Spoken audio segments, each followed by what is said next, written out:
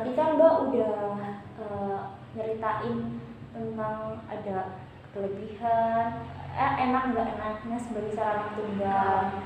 Ada enaknya katanya nggak harus sharing mainan, pakaian. Terus nggak enaknya itu nanti pas udah dewasa Mbak merantau harus ninggalin orang tua sendiri. Nah balik lagi nih kayak yang nggak harus sharing. Berarti Mbak juga nggak harus sharing ekspektasi kan, berarti Mbak harus menanggung ekspektasi orang tua bulat-bulat di Mbak sendiri. Iya. Itu Mbak merasa seperti itu juga nggak? Pasti merasa kalau orang tua pasti menaruh ekspektasi yang besar ke saya gitu kan. Tapi orang tua nggak pernah nuntut sih, nggak pernah nuntut, kamu harus jadi apa, kamu harus jadi ini, kamu harus jadi itu, orang tua nggak pernah nuntut. Jadinya orang tua ngebebasin aja gitu ya? Membebaskan. Cuman ya saya pasti berusaha berusaha untuk membahagiakan aja orang tua gitu. Contoh usahanya tuh gimana? Contoh ya, pasti saya tahu orang tua saya pengen jadi apa kan. Ya saya berusaha biar saya bisa mencapai apa yang orang tua saya pengen, walaupun orang tua saya nggak nuntut kalau kamu harus gini gitu. Menurut Mbak usaha Mbak ini udah seberapa persen menuju untuk membahagiain orang tuanya? Masih sedikit banget Mbak, belum masih inilah Mbak, masih ya kayak biasa aja Mbak, sebenarnya belum di ini banget, tapi masih terus mencoba ya. Iya. Nah menurut Mbak sendiri nih orang tua kan emang nggak nuntut secara terang-terangan, tapi Mbak merasa nggak sih orang tua nuntut di bagian mana nih? Ini pendidikan ya Mbak. Oh di pendidikan. Itu orang tua ini kah kalau misal Mbak nilainya turun atau gimana tuh jadi bermasalah kah, atau bukan bermasalah, maksudnya jadi marah Mbak atau gimana gitu? Enggak, orang tua saya tuh gini Mbak, orang tua saya itu lebih mementingkan usahanya daripada nanti hasilnya Mbak. Kalau misal usahamu udah bagus, pasti orang tua saya yang tahu usaha saya. Kalau misal nilai saya turun, ya nggak masalah, orang tua saya nggak masalah. Cuma kalau misal nilai saya turun, terus orang tua lihat usaha saya juga usahanya kecil kan, nggak sungguh-sungguh, ya pasti orang tua inilah ngasih nasihat gitu. Nah kan orang tua memang tidak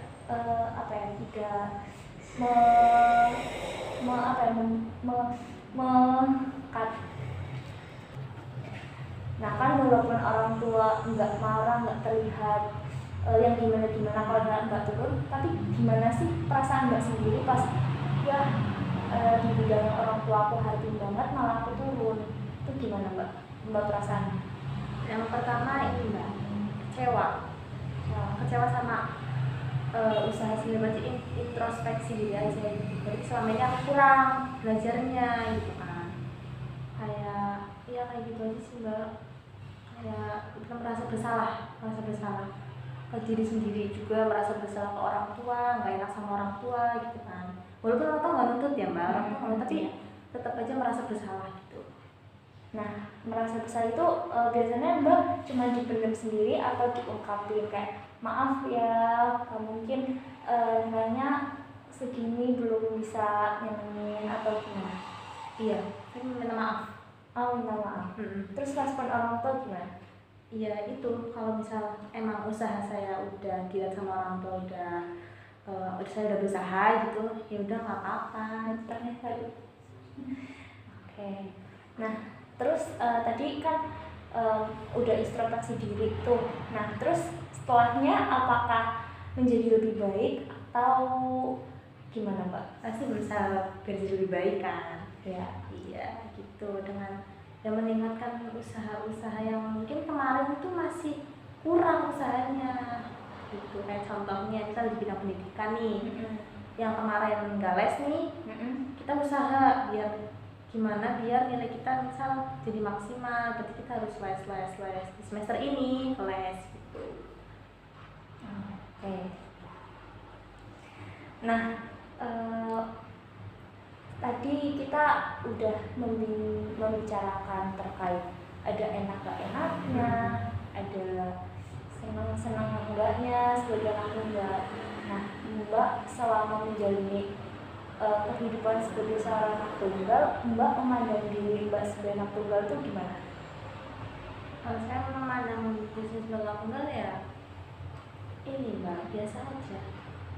Biasa aja itu gimana? Ya udah anak tunggal gitu.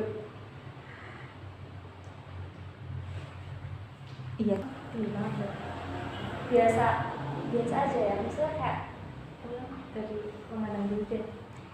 Nah, tadi kan kita udah bicarain tentang enak dan enggaknya sebagai seorang tunggal, terus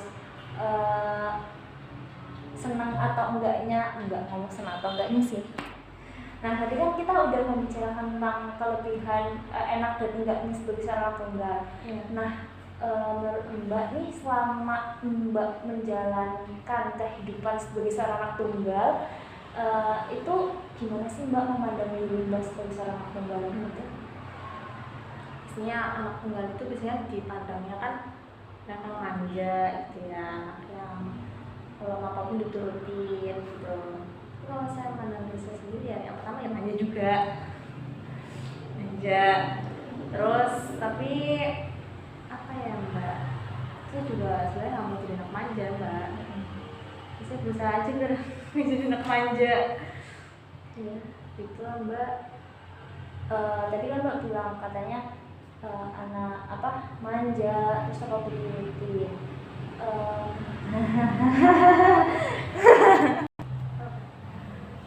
Nah, kenapa Mbak kayak berusaha untuk kayak tidak mau menjadi seorang anak yang manja gitu? Apakah pernah orang tua itu menuntut Mbak untuk kamu jangan manja dong kayak gitu? Enggak sih Mbak. Waktu saya tuh nggak pernah nuntut, nggak pernah nuntut kamu gimana nggak pernah. Cuman dia mikir lah, mikir ke depannya gimana, berpikir ke depannya gimana. Misal saya jadi anak manja nih, nah nanti saya dewasa gimana kalau misal saya terus jadi anak manja ya kan Mbak? Ya gitu sih, kayak ya berusaha biar mandiri aja sih. Cuman saya emang nggak bisa ini Mbak, apa namanya, saya itu orangnya ya belum mandiri, cuman saya berusaha biar saya bisa lebih mandiri gitu. Tapi bukan berarti saya sekarang udah mandiri. Tapi salah satu usaha menjadi mandirinya Mbak tuh apa? Mungkin apa ya Mbak? Ya dari ini aja, mungkin dari kamar nih, dari yang kecil-kecil aja Mbak, yang dari diri saya sendiri, apa dari yang saya ini sekarang. Misal kamar nih, kamar kalau misal anak manja kan kesannya kayak kamar bukan kita yang beresin gitu kan. Nah, saya berusaha, saya contoh usahanya itu ya, ini dari kamar itu saya bersihin sendiri gitu sih Mbak. Kayak kalau misal kita punya sampah langsung dibuang, nggak dibuangin orang lain gitu Mbak. Kan contoh nggak manja kan Mbak? Iya, betul.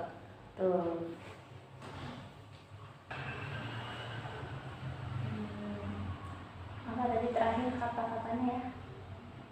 Manja.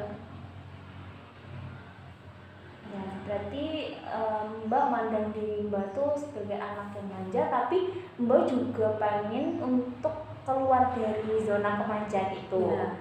Nah, terus selain ingin lebih mandiri, pandangan Mbak sebagai anak tunggal ke depannya tuh bagaimana Mbak? Ya, harapannya gitu, harapan Mbak ke depan sebagai seorang tunggal. Gini Mbak, saya itu sekarang itu kayak dulu nggak bisa sendiri orang tua Mbak. Ya.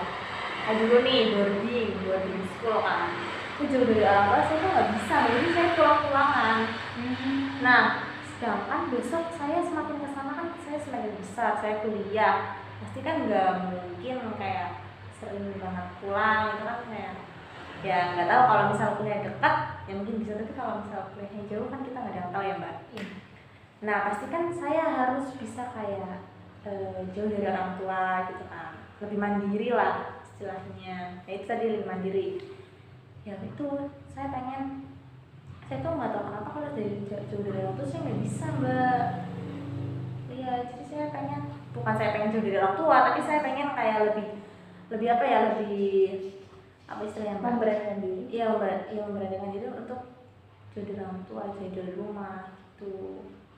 Nah itu mbak kan takut ya kuliah jauh dari orang tua, tapi harus kuliah itu mbak kayak bikin strategi untuk gak usah jauh-jauh deh, atau emang ya kuliah dimanapun deh. Nggak nyambung pertanyaannya. Nyambung ngerti? Jadi nggak mau jauh dari orang tua.